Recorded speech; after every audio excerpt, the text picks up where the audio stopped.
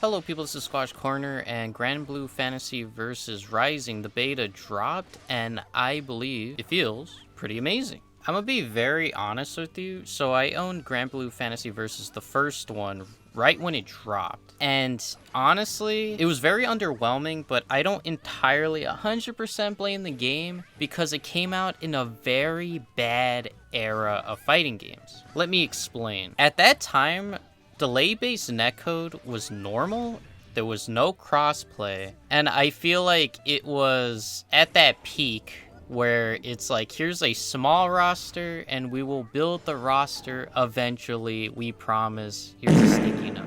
The internet was so bad that I played within like a month, I was enjoying it, but what actually killed the game for me was that it felt like my inputs were getting eaten. Like, I would do an input, and it's like the internet would not register it, so nothing would come out. The roster was really small.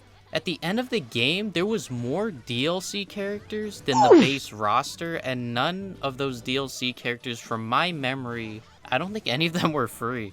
Yes, the game was like $50, but it just didn't feel like a complete product. And a full game is $60, so $10 less to not get a full product of a game was very strange. And I feel like an example of this is like DNF Duel. It was a very similar situation. So for DNF Duel, that was very disappointing for me because it felt like Granblue all over again. So Granblue Fantasy Rising 2 feels like Granblue's redemption arc of coming back to what it was originally supposed to be. The game has a vast number of characters, they added crossplay, and the internet, from my experience playing the beta, felt pretty amazing. The lobby had issues, like it would be very like stuttery, or like the bitrate would be kind of weird or whatever, but it's still a part of the beta. But the core game, playing online with people, I only had like one hiccup out of playing 30 different opponents. So crossplay in any anime fighting game is gonna be such a big game changer because the more people playing these niche games, the better the overall experience is gonna go down the line. Now I'm gonna talk about the gameplay.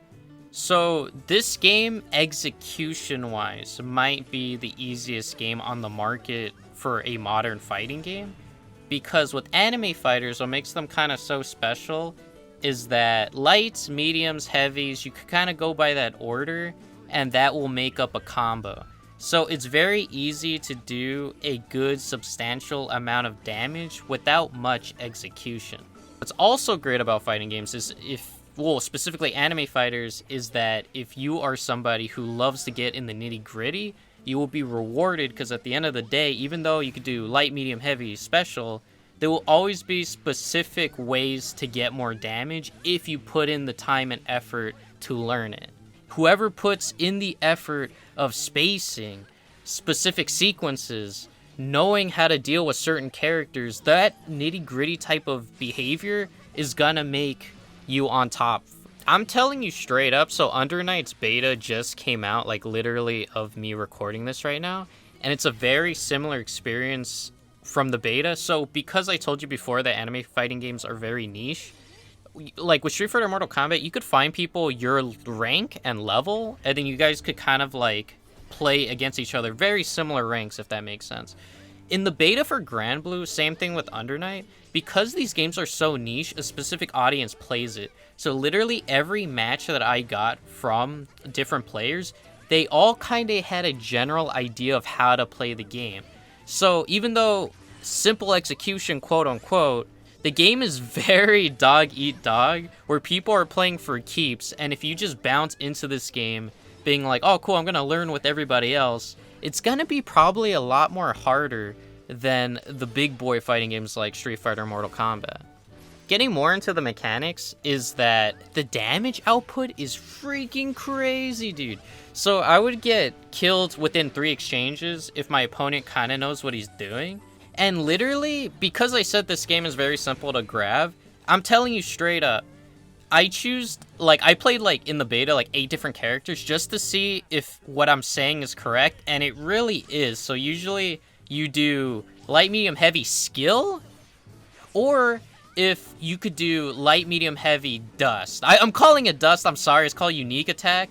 And then it all works within one sequence. If the dust doesn't work after light, medium, heavy, then you could do skill. And there's different ranges of characters. Like, there's characters that say, oh, it's 5 stars of how easy they could use. There's 1 star or 2 stars of how easy this character could be. No, like, honestly, every character can go by that formula and do pretty reasonable, respectable damage. And trust me, it does not make the game boring. Because there's like 23 or something different characters, none of the characters really play the same. So even though the buttons might feel the same, all the ranges from the swords they use, all the different skills that are available for each character, they feel vastly unique from each other. I totally understand if you're somebody that's like, hey, I bought the first game and I don't really like it, and it's not fair that you're selling me like the second game with most of the characters from the first game. Like, isn't that kind of ass? The thing is, which mind-blowing, believe it or not, Granblue Fantasy Versus Rising is gonna have a free version. So you could try it out, see, you know, implement what I have said about the mechanics and how you play it and blah blah blah, and see if you enjoy it. And if you don't enjoy it, you don't have to spend a dime for the game. For me, it feels like a redemption arc of like, this is how Granblue, the first one, this is how it should be. That's really all I have to say. It gave a very good impression on me. I highly recommend picking it up. But no, don't even pick it up. Play the free version and see if this is something you're willing to put $50 in. And to me, it feels like a complete package. And I'm hoping that whatever I'm saying is 100% true in the final release. Thank you and goodbye. I love you guys. See ya.